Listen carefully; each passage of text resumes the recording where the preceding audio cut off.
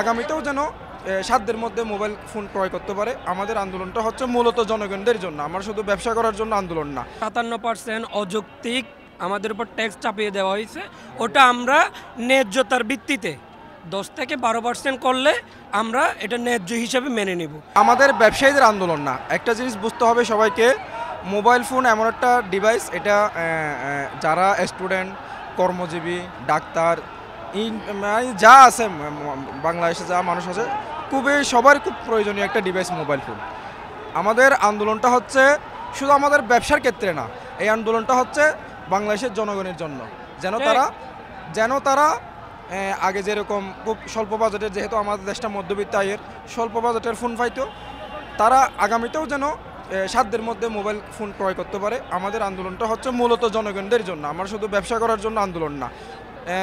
সরকার মনে করেন কিছু কালো শক্তির প্রভাবিত হয়ে আমাদের উপর অযৌক্তিক একটা দায় চাপিয়ে দিচ্ছে।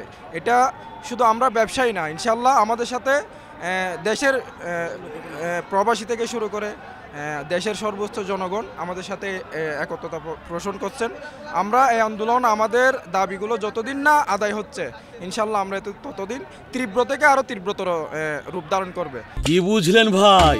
অনলি যেটাই চাই। জুলাই আন্দোলনটা যেটা 24শে গণ অভ্যুত্থান হয়েছিল, ফেসিবাদী একটা দেশ থেকে তাড়ানোর জন্য আমাদের প্রায় 2000-এর অধিক ভাই বোন শহীদ হয়েছে, লক্ষাধিক থেকে আহত, পঙ্গুত্ব বরণ করেছে। ঠিক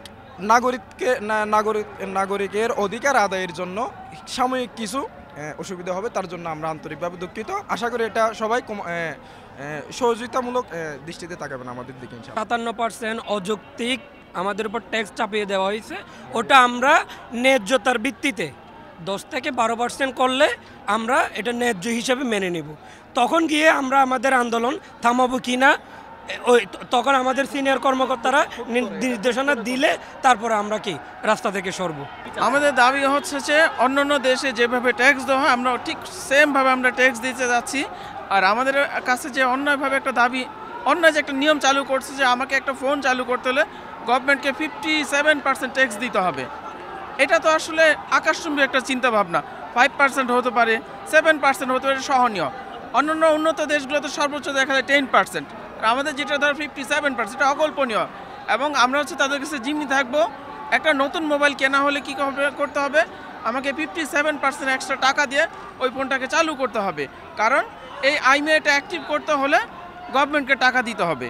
এই ধরনের জিম্মি করার রুল পৃথিবীর কোথাও নেই।